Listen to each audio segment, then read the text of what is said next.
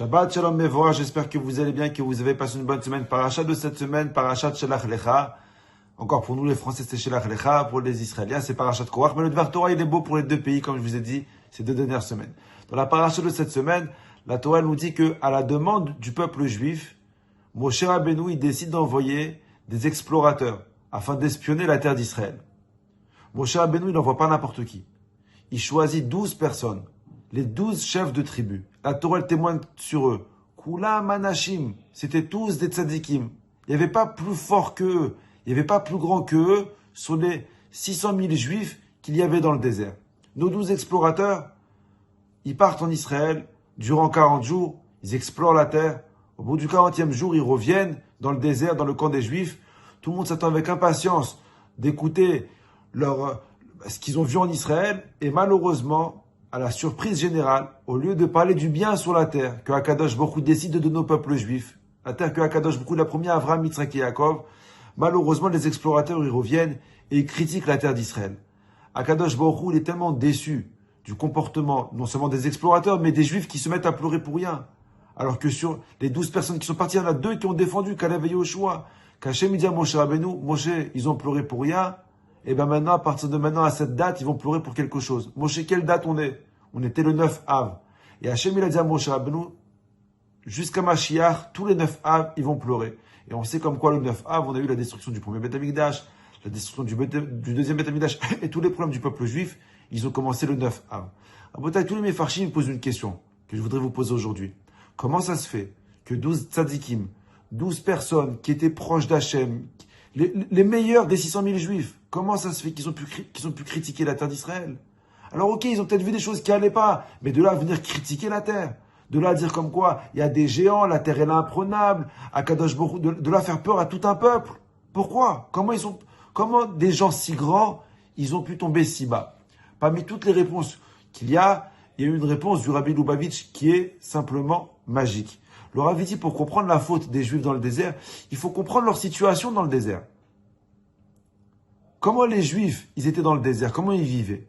Le Rabbi dit, il faut savoir que quand ils étaient dans le désert, à Israël, ils étaient en permanence, ils vivaient en permanence proximité avec Hachem. Ils mangeaient la manne qui descendait du ciel. Ils buvaient l'eau qui sortait d'un rocher. Ils étaient protégés par des nuées, par des ananim. Il y avait Moshe Rabbeinu avec eux. Il y avait Aaron à Cohen avec eux. Ils étaient connectés avec Hachem 24 heures sur 24, 7 jours sur 7. Ils n'avaient pas besoin de travailler, puisqu'ils mangeaient de la manne. Ils n'avaient pas besoin de repasser leurs vêtements, puisque les nuits, ils repassaient leurs vêtements. Ils n'avaient même pas besoin de se doucher ou d'aller aux toilettes, puisque la manne, elle faisait que les Juifs ne transpiraient pas. Donc, qu'est-ce qu'ils faisaient dans le désert? Pendant 24 heures sur 24, 7 jours sur 7, ils étaient connectés avec Hachem. Les explorateurs, ils se sont dit, on va devoir rentrer en Israël. Si on rentre en Israël, cette manne, elle va disparaître. Ces nuées, ils vont disparaître. Moshe et Aaron, ils vont pas rentrer avec nous. Les nuées, ils vont disparaître. Si on rentre en Israël, la situation, ça va pas être la même. Il va falloir mener des guerres. Il va falloir créer une économie. Labourer les champs. Semer, récolter. On pourra pas étudier la Torah 24 heures sur 24. On pourra pas prier. On pourra pas être en proximité avec Hachem. Puisqu'on va être en contact avec le monde matériel. Et qu'est-ce qu'ils ont fait les Miraglim? Alors ils ont dit, on va critiquer Israël. Pas parce qu'on se rebelle contre Hachem. On va critiquer Israël comme ça, on reste dans le désert, avec Moshe Rabbeinu, avec Aaron, avec la manne, avec les nuées, afin d'être en proximité avec Akadosh Baruch Hu 24 heures sur 24. D'après cette explication, le Rabbi nous dit comme quoi les explorateurs, ils ont pas critiqué Israël parce qu'ils aimaient pas la terre. Ils ont critiqué Israël parce qu'ils aimaient la proximité avec Hachem qu'ils avaient dans le désert. Et qu'ils avaient peur de perdre cette proximité-là. À Botaï, qu'est-ce que Akadosh Baruch Hu veut de nous? Pourquoi Hachem les a punis? Pourquoi Hachem les a punis? Akadosh Baruch Hu, il veut pas qu'on vive dans un monde spirituel. Akadosh Baruch Hu, il veut que nous vivons dans un monde qui est matériel, que nous travaillons, que nous récoltons, que nous semons, que nous créons de l'économie, et que précisément dans ce monde matériel, on construit à Akadosh Baruch Hu une demeure afin qu'il puisse résider avec nous. C'est très facile de trouver Akadosh Baruch Hu dans la solitude d'une synagogue. C'est très facile de trouver Akadosh Baruch Hu dans un livre de prière ou dans un livre de Télim. C'est beaucoup plus difficile de trouver Akadosh Baruch Hu dans ton bureau, en semant, en récoltant, en travaillant. Mais c'est justement ça que Akadosh Baruch Hu attend de nous. Hachem, il n'attend pas qu'on le trouve seulement à la synagogue ou dans le livre de prière. Akadosh Baruch Hu, il attend de nous qu'on le trouve, qu'on lui prépare une demeure dans le travail, à la maison, dans les vacances, dans le matériel. Une personne qui prépare ses vacances, mais que dans sa préparation de vacances, il pense où il va prier, qu'est-ce qu'il va manger, quelle nourriture il va manger, où sa femme elle va au mikvé. Dans ce monde matériel, il construit une demeure pour Akadosh Baruch Hu afin qu'il réside. Vous savez, je vais finir avec ça, c'est très beau. En réalité, les explorateurs, ils redoutaient pas une défaite. Ils n'avaient pas peur de la défaite. Ils redoutaient une victoire.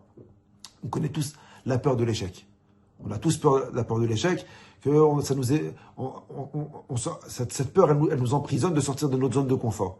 Mais vous savez ce qui est encore plus grave que la peur de l'échec? C'est la peur de réussir. Ça, on n'en parle pas assez souvent.